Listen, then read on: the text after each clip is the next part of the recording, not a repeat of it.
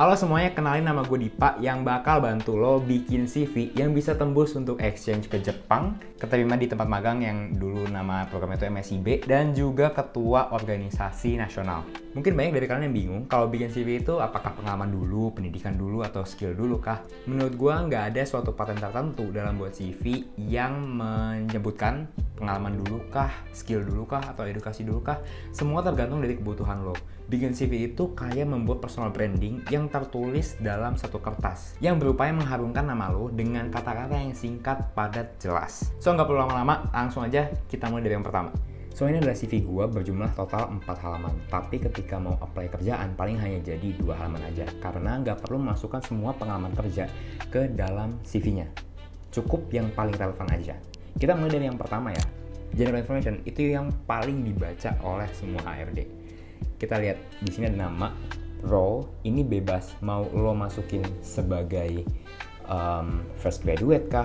Tapi gue nggak rekomendasi untuk lo pakai nama fresh graduate, tapi lo harus menentukan role lo sendiri. Misalkan gue sebagai content creator, maka langsung masukkan aja sebagai content creator, ataupun role yang mau lo ambil. Misalkan kerja lo mau jadi HRD, mau jadi finance, maka langsung masukin aja ke dalam role-nya ini. Kemudian perhatiin deh, untuk kata-kata di bagian summary-nya ini, strukturnya sederhana. Mulai dari pertama, lo mau dikenal sebagai apa dan siapa. Kemudian, lo sukanya bidang apa yang lo geluti, apa yang lo interest di sana gitu. Dilanjut dengan apa sih harapan lo untuk berkontribusi gitu di sektor apapun ya. Itu sederhananya. Lalu, jangan pernah masukin domisili, alamat lengkap, ataupun agama, apalagi agama. Cukup masukin email, nomor telepon, dan ya mungkin LinkedIn official ya. Dan juga domisili lo saat ini lagi di mana. Kayak misalnya ini lo di Jakarta, maka tulis Jakarta aja. Nggak perlu masukin alamat lengkap. Ya, next kita masuk ke professional experiences. Kalau misalnya lo nggak ada pengalaman kerja, lo bisa masukin pengalaman magang, pengalaman organisasi, pengalaman apapun itu yang sifatnya profesional. Kita ambil contoh ya, di sini professional experiences. Ini bisa juga dimasukin pengalaman kerja, ditulisnya dalam bahasa Indonesia. Cukup tulis title lo apa, perusahaannya apa, tanggal berlakunya sampai kapan, sebutin bulan dan tahunnya. Kalau di sini gue juga masukin kategorinya, apakah ini freelance, apakah ini self-employed, apakah ini internship, dan segala macamnya. Jadi untuk deskripsinya juga, perhatiin deh, nah ini untuk deskripsinya ya, selalu gue gunakan kata kerja, creating, managing, developing, increasing. Jadi jangan sampai strukturnya itu nggak benar. Dan lalu kuantifikasikan, contoh, over 34.000, harus ada angka bermain di sana. Lo masih sebutin lo ngapain aja di perusahaan ini, di tempat kerja lo, dan berapa banyak prestasi yang udah lo buat. Sederhananya seperti itu. Kita ambil contoh lagi ya, satu lagi ya mungkin ya. As a president misalnya, successfully created, pakai angka. Oke, mungkin bakal ada yang nanya, bang ini strukturnya tuh kayak gimana sih benernya? Baik lagi, bebas, terserah kalian. Mau strukturnya itu pendidikan dulu kah? Mau strukturnya itu skills-nya dulu kah? Mau strukturnya itu pengalaman dulu kah? Yang mana yang mau tunjukin pertama? Apakah pendidikan lo keren gitu? Apakah lo di UI? Apakah lo di UGM? Ataukah lo punya skills talenta digital yang keren banget? Itu terserah. Mau taruh di paling atas, tengah, bawah, itu terserah banget. Antara ketiga hal ini.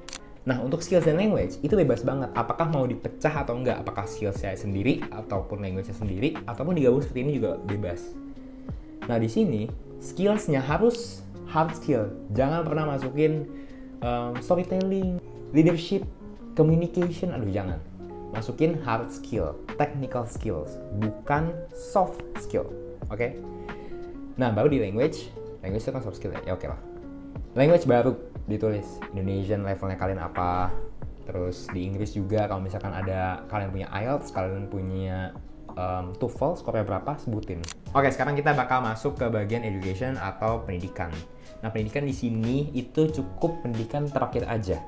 Gak usah masukin SMA. Kalau misalkan lo lulusan SMA ya oke, masukin lulusan terakhir SMA di mana. Tapi kalau misalkan lo udah berkuliah, lo udah S2, cukup masukin pendidikan terakhir aja. Di sini kita ambil lihat ya, Universitas Pembangunan. Sorry, gue tak ada typo. Pembangunan Nasional Veteran Jakarta. Masukin jurusan lo, tahun keluar masuknya. Kalau misalkan lo masih kuliah, maka tulis expected, tulis IPK lo berapa, dan Kalau misalkan kalian ada kegiatan, kalau misalkan kalian ada prestasi, kalau misalkan kalian ada mata kuliah yang relevan sama pekerjaan yang kalian ambil, maka tulis di sini, jangan lupa. Gak apa-apa banget kalau misalkan masukin mata kuliah. Oke, sekarang kita masuk ke achievements atau prestasi atau pencapaian. Nah, di sini sederhana aja sih sebetulnya, kayak pengalaman kerja, formatnya gitu ya. Ini title lo apa, penang sebagai apa, prestasi lo apa, lalu penyelenggaranya siapa, lalu tahun dikeluarkannya berapa, kategorinya apa gitu. Terus lo ngapain aja di sana, terus kayak tadi ya gunakan kata kerja gitu. Oke, next, sekarang di other experiences atau additional information. Terserah sih mau nulisnya other experiences, additional information, atau di bahasa Indonesianya mungkin pengalaman lainnya. Nah, di sini misalkan lo ada pengalaman speakers, lo ada pengalaman melatih, lo ada pengalaman training, lo ada pengalaman volunteering, lo ada pengalaman yang sifatnya tuh informal gitu ya. Lo bisa masukin di sini. Cukup dengan menulis kayak kategori lo apa, oke, speaker, terus nama kegiatannya apa, siapa penyelenggaranya, tahunnya berapa, dan sederhana, singkat, padat, jelas lo ngapain di sana. Oke, sebelum lo keluar dari video ini, gue mau kasih lo template CV ATS yang persis sama kayak gue. Plus gue kasih juga PDF CV gue, mungkin lo bisa buat contoh ataupun referensinya. Dan guidelines untuk membuatnya, cukup buka link deskripsi yang ada di bawah. Gue kasih cara cuma-cuma, jadi jangan lupa di-download dulu karena nantinya bakal gue jadiin produk digital gue. Terakhir, jangan lupa follow Instagram gue, TikTok gue, YouTube gue, subscribe juga karena tiap sosmed gue itu ngasih insight yang beda-beda. Kita akhiri video ini, gue Dipa pamit. Thank you so much yang udah nyimak, semoga bisa bermanfaat. Jangan lupa follow, share, comment, like, and subscribe. Bye-bye.